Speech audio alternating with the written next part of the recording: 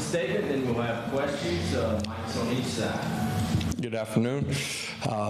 Getting ready for a big football game against a team that's playing really well, offensively, defensively. Got really good personnel on special teams as well. Know it'll be a great environment, whiteout down there. For us, we got to win with our preparation and get ready to go play a really good football team on the road, and going to be a great environment and look forward to playing. So I'll open it up.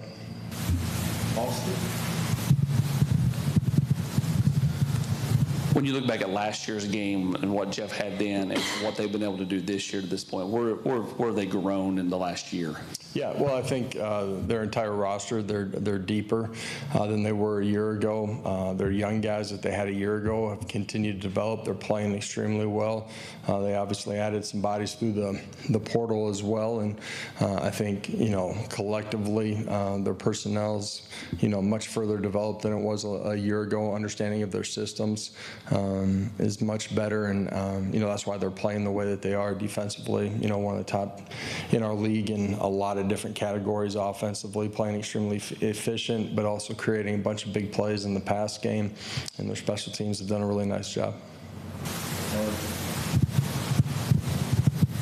They're not ranked, but they are undefeated, a 4-0 record. Does that look tricky to you at all? In a 3-4 defense, that's new to you, so what do you? Yeah, we went against them a year ago, schematically, not entirely different. They've continued to add things to it. Their personnel is playing extremely well.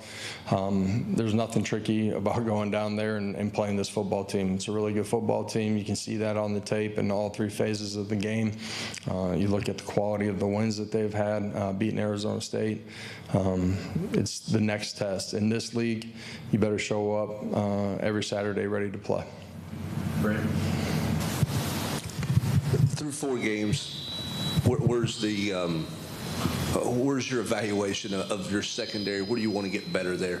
Yeah, I thought we took a step in our communication this past week, in particular with the guys that played early in the football game. Had a couple busts late, but overall, like our continued growth. But the stress of this football game, formation variation, splits, and the tempo, we got to do a great job. Where do you think you are tempo? How do you think that your defense is managed? What little bit of tempo you've seen? Yeah, I mean, they see it throughout the course of the season at times. In general, we've handled it pretty well. They get a chance to see it on a day-to-day basis with us too. Coach, Chris Brazel leads the nation with 6 receiving touchdowns. How important is he going to be in this SEC matchup coming up? Yeah, wide receivers in general are going to be really important in this one. It's guys working in the middle of the football field. It's out on the outside. They have a mixture of coverage, recognizing the structure and coverage that we're seeing will be important in this one. Chris, obviously, what he's done here in the first few ball games, really special. But all of us, him included, got to continue to grow and take another step here this week. Austin, then Adam. Jackson Moy, how close were we all seeing him return, and just do you feel like he's trending in the right direction? I knew it would be you, right? Jackson's continued to get better. Wednesday will be the official first injury report of the week, and then you can stay tuned from there. Adam. Josh, you had an older team last year who had kind of done the tour of SEC road trips. A lot of young guys now that haven't done a lot of SEC road games. What's your advice to those young guys about how to prepare and how to handle winning on the road? Preparation's the key. That's true whether you're at home or on the road.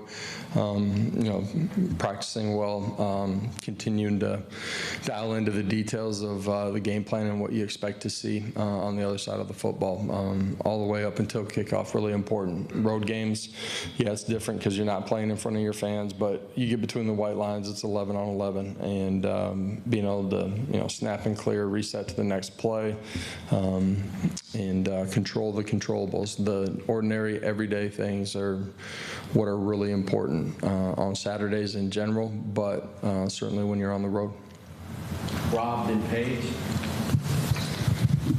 Coach, Joey has just about as many 50-plus yard pass plays in 4 games as you guys did all of last year. Is that personnel, him and the receivers, just being better? You guys tweak some things, as a staff, and just how much easier does it make offense when you're hitting some shots like that? Yeah, I think it's a combination of everything. There's some things that we've added to our arsenal offensively that have been a part of creating that. Our wide receivers going and making plays down the field. Those guys have gone up and competed and made contested catches down the football field.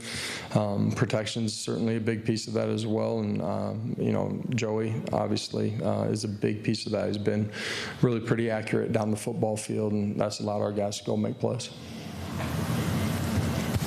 What stands out to you about Mississippi State's run game, especially in their effectiveness to get first downs on the ground?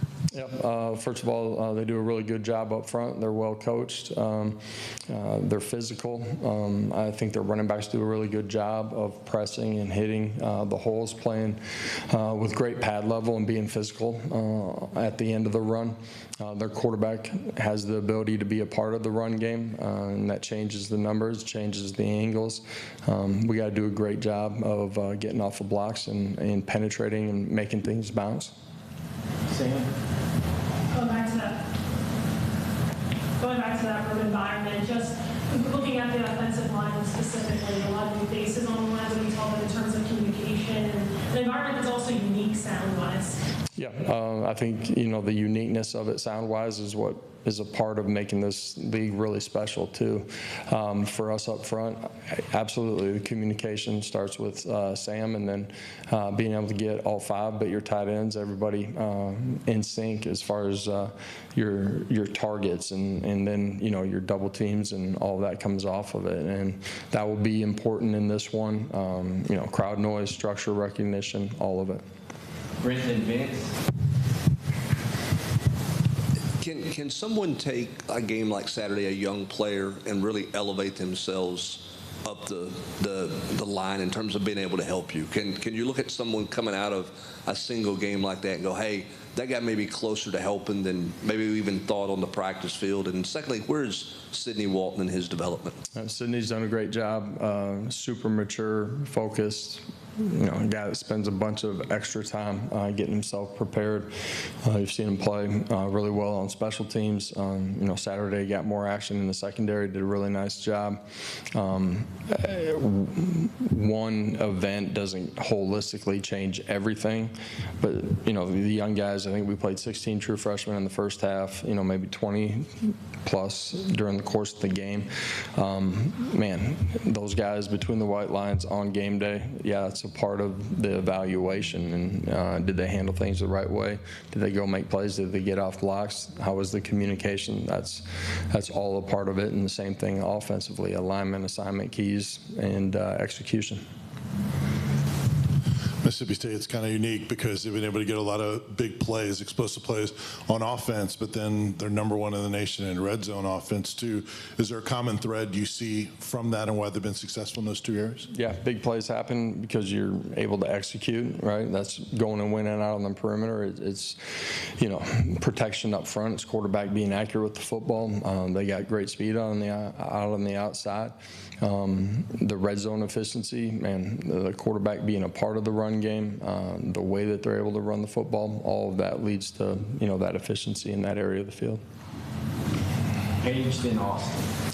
Several players earned the game ball last game. Boo Carter, one of them. What can you appreciate in the way that he's been able to kind of fight or contribute so far this season? I think all those guys, defensively, game balls for, forced turnovers. That can be defensive lineman, strip sack, tip. Boo with a great punch the other day on the ball.